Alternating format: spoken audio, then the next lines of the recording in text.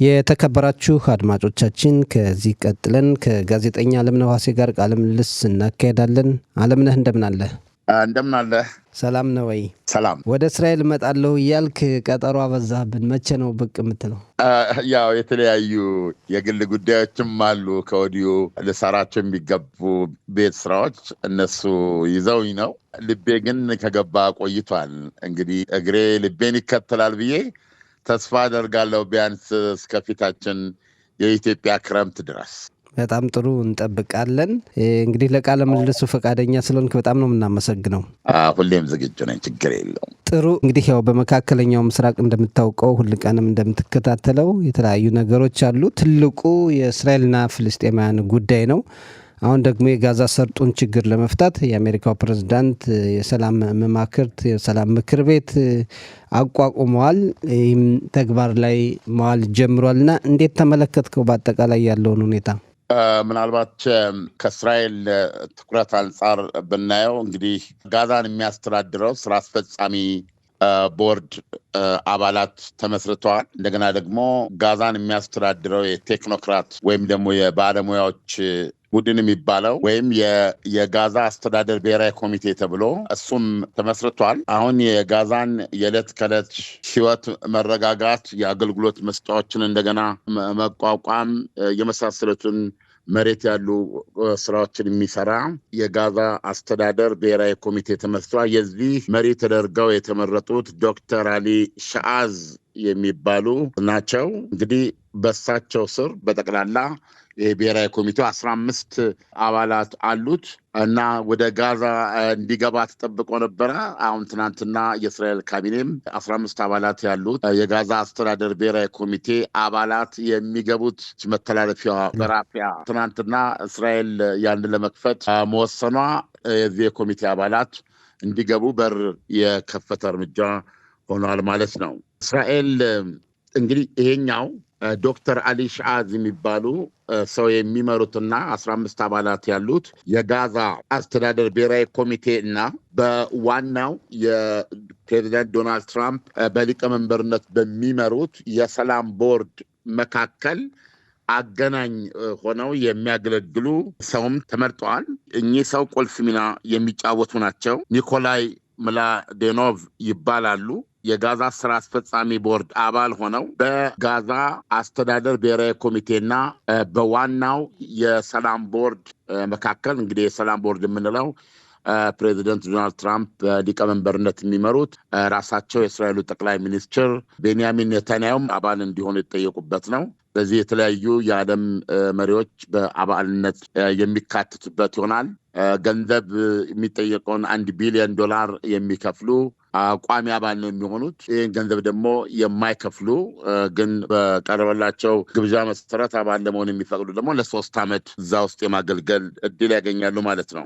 አሁን እዚህ ውስጥ ቁልፍ ሚና የሚጫወተው እንግዲህ የጋዛ ስራ አስፈጻሚ ቦርድ አለ። ይህ ቦርድ የመሬት ላይ ያለውን ይሄ ብሔራዊ ኮሚቴውን ስራ የሚቆጣጠር የሚመራ እና ከሱ ባሻገር የጋዛ መልሶ ግንባታን ከአካባቢው ሀገሮች ጋር የሚኖረውን ግንኙነት ጠቅላላ መሰረታዊ ስራውን የሚቆጣጠር ስራ አስፈጻሚ ኮሚቴ ነው። እዚህ ቦታ እዚህ የጋዛ ስራ አስፈጻሚ ቦርድ ውስጥ አባል ከሆኑት መካከል በእስራኤል በኩል ያልተወደደና ከኛ ጋር ምክክር ያልተደረገበት ነው ማለት ድምጿን ያሰማችበት ጉዳይ ነው። እዚህ ውስጥ የቱርኩ ውጭ ጉዳይ ሚኒስትርና በኳታር ጠቅላይ ሚኒስትር ቢሮ የስትራቴጂ ጉዳዮች ሚኒስቴር የሆኑ ሰው አባል ሆነዋል። እነዚህ ሁለት ተወካዮች የነዚህ የቱርክና ኳታር እዚህ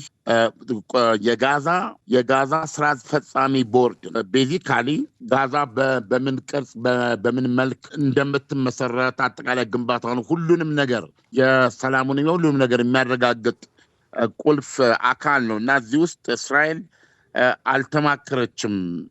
ምክንያቱም እነዚህ ሁለቱ በዚህ በኩል ቱርክ፣ በዛ በኩል ኳታር የሐማስ መሪዎችን የሚያስተናግዱ ሀገራት ናቸው። የሐማስ መሪዎች በእነዚህ በሁለት ሀገራት ውስጥ ነው የሚኖሩት። እንደገና ስራቸውን የሚያከናውኑትም ከዛ ሆነው ነው እና ይሄ ቀጥታ የእስራኤልን ጥቅም የሚጻረር በመሆኑ ቤንያሚን ኔታንያሁም ያው በዚህ ጉዳይ ላይ ካቢኔያቸውን መሰብሰባቸውን እና ቅሬታቸውን መግለጻቸው ይታወሳል። አሁን ትልቁ ነገር ይሄ ኮሚቴው ያም ሆነ ይህ የሰላም ቦርዱም ሆነ አስፈጻሚነቱ እዛ ላይ ተግባር ላይ ለማዋል ምን ያክል ብቃት ይኖረዋል? እንደሚታሰበውስ ዶናልድ ትራምፕ እንዳሰቡት በብቃት ይንቀሳቀሳል ወይ? ሐማስስ አይረብሽም ወይ?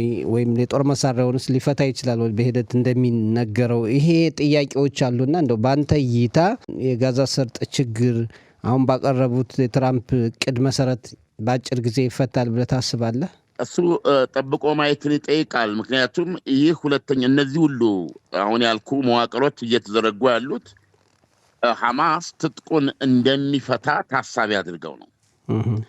ነገር ግን በተግባር እያየን እንዳልነው እስካሁን ድረስ ሐማስ ትጥቁን አልፈታም። የሐማስ ትጥቅ መፍታት ደግሞ የእስራኤል ጦሯን ከጋዛ እንድታስወጣ ቁልፍ ቅድመ ሁኔታ ነው።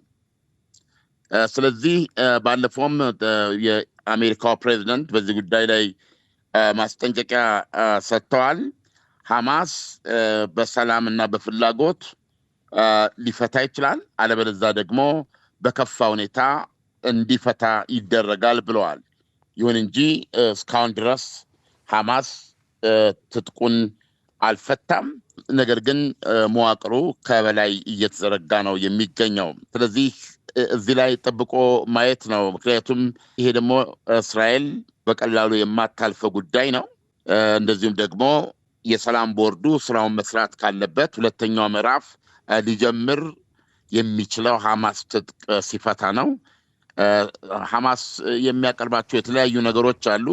ያም ማለ የሐማስ ትጥቅ መፍታት የሚጠበቅ ነው። ነገር ግን በዚህ ጊዜ ይፈታል ተብሎ የተቀመጠ ነገር የለም። ይሄ እንግዲህ በእስራኤል በዋሽንግተን መካከል በየጊዜው የምንከታተለው ጉዳይ ይሆናል። ለግንዛቤ ያክል በዚህ የጋዛ ስራ አስፈጻሚ ቦርድ ውስጥ የተካተቱት ቱርካዊ ውጭ ጉዳይ ሚኒስትሩ ሃካን ፊዳን ናቸው። በኳታር በኩል ደግሞ የጠቅላይ ሚኒስትር ጽህፈት ቤት የስትራቴጂ ጉዳዮች ሚኒስትር አሊ አልታዋዲ የሚባሉ ናቸው። እዚህ ውስጥ በዚህ የጋዛ ስራ አስፈጻሚ ቦርድ ውስጥ ቁልፍ ነው። በቦርዱና በብሔራዊ ኮሚቴው መካከል ሆነው ዋናውን ስራ ጋዛ ውስጥ የሚያስፈጽም ቦርድ ነው ይሄ እና እዚህ ውስጥ አንድ እስራኤላዊ ናቸው ያሉት። እሳቸውም ነዋሪነታቸው በቆጵሮስ የሆነ በእስራኤል ምድር የተወለዱ ነጋዴ ናቸው። እንግዲህ አንድ እስራኤላዊ እዚህ የጋዛ ስራ አስፈጻሚ ቦርድ ውስጥ አሉ። ስማቸውን ይዤዋለሁ። ያኪር ጋባ ይባላል። ጥሩ እንግዲህ የስራ አስፈጻሚ ሁኔታ ወደፊት በስራው የሚገመገም ይሆናል። በጊዜ የሚገመገም የሚታወቅ ይሆናል። ይህን እንዳለ እናቆየውና የሰሞኑ ፍጥጫ በመካከለኛው ምስራቅ የኢራንና የአሜሪካን ጉዳይ እስኪ ተመልከተውና አሁን አሜሪካ በኢራን ላይ ወታደራዊ እርምጃ ትወስዳለች የሚለው ሁኔታ ከፍተኛ እንደሆነ ይነገራል እና በአንተ እይታ ካሉ ነገሮች ከቅድመ ዝግጅት አንጻር በእውነት እንደሚባለው አሜሪካ ኢራን ላይ ወታደራዊ እርምጃ ትወስዳለች? እንግዲህ መሬት ላይ ያለውን ሁኔታ ነው የምናየው። አንደኛ ፕሬዚደንት ዶናልድ ትራምፕ አሊ ካሚኒ የኢራን መንፈሳዊ መሪ ወይም ደግሞ በአጠቃላይ የኢራን መንግስት ማለት ናቸው አሊ ካሚኒ ማለት። ስለዚህ አሊ ካሚኒ መወገድ አለበት ብለው ተናግረዋል እና ይህንንም የአሊ ካሚኒ ነጥለው መወገድ ያለበት ሰው ነው ብለዋል። ምክንያቱም አሁን የምንሰማው ኢራን ውስጥ በዚህ ህዝባዊ ተቋሙ የተነሳ ተቋሙን ለማቆም ወይም በዚህ መንገድ ለማዳከም ተወሰደ የተባለው እርምጃ በእውነት ቁጥሩን የሚጠቀሱ ቁጥሮችን ራስ ያማል ለማገናዘብ። በአንድ ሀገር በጎዳና ላይ በሰልፍ ተቋሞ የሚገልጽ ህዝብን ተቋሞን ሰብሮ ወደ የቤቱ እንዲመለስ ለማድረግ አንዳንድ አሃዞች እንደሚያመለክቱት 20-30 ሺህ ሰው ተገድሏል የሚለውን ነገር ለማገናዘብ ጭንቅላት ውስጥ ለማብላላት እንኳ በጣም የሚከብድ ነው። ይሄ ጦር ሜዳ ውስጥ እንኳ በአመት ውጊያ ውስጥ የማያልቅ ህዝብ ነው። ስለዚህ ይሄ ነገር እውነት ከሆነ ተቃዋሚዎች የሚሰጡት ቁጥር 20-30 ሺህ የሚለው እውነት ከሆነ ፍጅት ተካሂዷል ተብሎ ነው ማመን የሚቻለው። ስለዚህ አሁን ኢራን ውስጥ ያለው ሁኔታ ለአገዛዙ እጅግ አደገኛ የሆነ ሁኔታ ከፍተኛ የሆነ ህዝባዊ መቆጣትና ስርዓቱን የመለወጥ ከፍተኛ ተነሳሽነት ንቅናቄ አለ ማለት ነው እዛ ኢራን ውስጥ። ስለዚህ እዚህ ጋር ፕሬዚደንቱ ደግሞ አሊ ካሚኒ መንፈሳዊ መሪ 37 ዓመት በስልጣን ላይ ያሉ ናቸው፣ መወገድ አለባቸው የሚለውን መግለጫ ትወስዳለን። ይህን ተከትሎ ደግሞ ኢራኖች የሰጡት መግለጫ አለ። የአሊ ካሚኒ ማለት አጠቃላይ ኢራን ማለት ነው። አሊ ካሚኒ ማለት አጠቃላይ ኢራን ማለት ነው። የኢራን እስላማዊ ሪፐብሊክ ማለት ነው። ስለዚህ በአሊ ካሚኒ ላይ ሊቃጣ የሚችል ማንኛውንም ጥቃት ውጭ ጉዳይ ሚኒስትሩ ዎል ስትሪት ጆርናል ላይ እንደጻፉት ኢራን ባለና በሌለ አቅሟ ሁሉ ምላሽ የምትሰጥበት ወደ ለየለት ጦርነት የምትገባበት ይሄ የቁጥቁጥ ጦርነት ለአንድ አሜሪካ የተወሰነ ጥቃት አካሂዳለሁ ብላ እድል ማንሰጣት የሆነ ተኩስ ቢከፈት እኛ ባለ በሌላ ኃይላችን ወደ ሙሉ ጦርነት ነው የምንቀይረው። በክልሉ ያለውን የአሜሪካንን ኢላማዎች አየር ጦር ሰፈሮች አሉ፣ ወታደራዊ ጦር ሰፈሮች አሉ፣ በኢራቅ፣ በባህሬን፣ በኳታር፣ በቱርክ፣ በዮርዳኖስ በመሳሰሉት እነዚህ ላይ ሁሉ ልናነጣጥር የምንችልበት አጠቃላይ ክልሉን ወደ እሳት ውስጥ የሚያጋግም በመላው ዓለም ያለን ዜጋ በሆነ መንገድ የሚነካ ወደ ለየለት የጦርነት የምንወስደው የሚል ማስጠንቀቂያ ሰጥታለች። ይህ በእንዲህ እንዳለ አሜሪካ ዩኤስኤስ አብርሃም ሊንከን የምትባለውን አውሮፕላን ተሸካሚ የጦር መርከብ ከደቡብ ቻይና ሲ አካባቢ ምድብ ወደዚህ ወደ መካከለኛው ምስራቅ ኢራንን ማጥቃት ወደሚያስችልባት ክልል አምጥተዋለች። አሁን ያለው ሌተስት መረጃ እንደሚያሳየው ደርሰዋል የሚል ነው። ይችን የአውሮፕላን ተሸካሚ የጦር መርከብ የሚያጅቡ የተለያዩ ትልልቅ ዲስትሮየር የሚባሉ ሚሳኤል ተኳሽ፣ ሚሳኤል ተከላካዮች አጅበዋታል። እንዳለ አንድ የጦር ሰፊ የሆነ የባህር ኃይል ጦር ነው ወደ ኢራን እየመጣ ያለው እና እዛ ክልል ገብተዋል ነው የሚባለው። አሁን እንደገና እዛ ባህሬን ላይ ሌሎች የአሜሪካ ከባህር ባሻገር የሚዋጉ መርከቦች ይቀላቀላሉ ይህንን ቡድን። 3 ሌሎች ዲስትሮየርስ የሚባሉ ተዋጊ የጦር መርከቦች፣ እነዚህ በተለይ የኢራንን ሚሳይሎች ማክሸፍ እንደገና ሚሳይል መተኮስ የሚችሉ ናቸው። የፐርሺያ ወይም የፋርስ ባህረ ሰላጤ ውስጥ ናቸው ኦልሬዲ። ስለዚህ ፕሬዚደንት ዶናልድ ትራምፕ ለምናልባቱ በሚል ከፍተኛ የሆነ የባህር ኃይል ጦር 70 የጦር ጀቶች ነው የምትሸከመው አብርሃም ሊንከን የአውሮፕላን ተሸካሚ። ስለዚህ ይሄንን አሁን በኢራን ዙሪያ እየገነቡ ነው ያለ እና ኢራን ውስጥ ያለውን ውጥረትና ፕሬዚደንቱ ሰጥተው የነበሩትን የመጀመሪያ ቃሎች ግምት ውስጥ ስታስገባ ዶናልድ ትራምፕ እርምጃ ሊወስዱ እንደሚችሉ ማመኑ የቀለለ ይሆናል ከመጠራጠሩ። ይህ እንግዲህ ከሆነ ምናልባት አሜሪካ በኢራን ላይ እርምጃ ከወሰደች ጉዳዩ ወደ እስራኤልም ሊሸጋገር ይችላል። እስራኤልን ልታጠቃ ትችላለች ኢራን። ምንም ጥያቄ የለውም። አሁን በእስራኤል በኩል ያው እናንተ በብዛት በየጊዜው የምትሰሙት ነው። እስራኤል ሙሉ ዝግጅት አድርጌያለሁ ነው። ይህ ጦርነት አሜሪካ የምትወስደውን እርምጃ ተከትሎ ኢራን የግድ እስራኤልን ጦርነት ማስገባቱ አይቀርም እና እስራኤልም በነገራችን ላይ ጠቅላይ ሚኒስትር ቤንያሚን ኔታንያሁ ባለፈው አሜሪካ ማርላጎ በፕሬዚደንቱ ባደረጉላቸው ግብዣ ሄደው በነበረበት ጊዜም በዓለም አቀፍ መገናኛ ብዙሃን ሲወራ የነበረው የጦር እቅድም ነው ይዘው የሄዱት ነው የተባለው እና ይህን ያስባለው ምክንያት ምንድን ነው?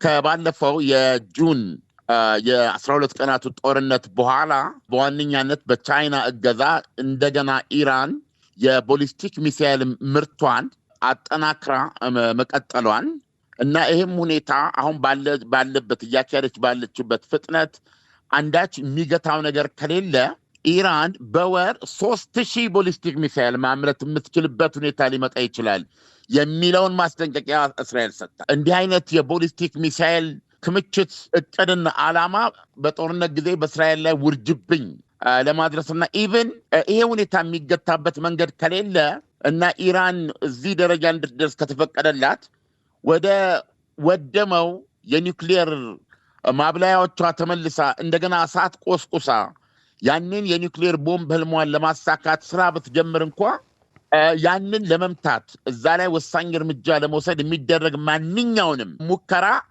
በዚህ የሚሳኤል ውሽንፍር እከላከላለሁ ብላ የምታስብበት አልፎ ተርፎ በእስራኤል ጥቃቶች ከሊባኖስ ጀምረ ራሱ ሐማስ እዛ ሐውቲዎችን በዚህ ደግሞ ኢራቅ ውስጥ ደጋፊ ኢራን የሆኑ ኃይሎች በአብዛኛው ተመተዋል።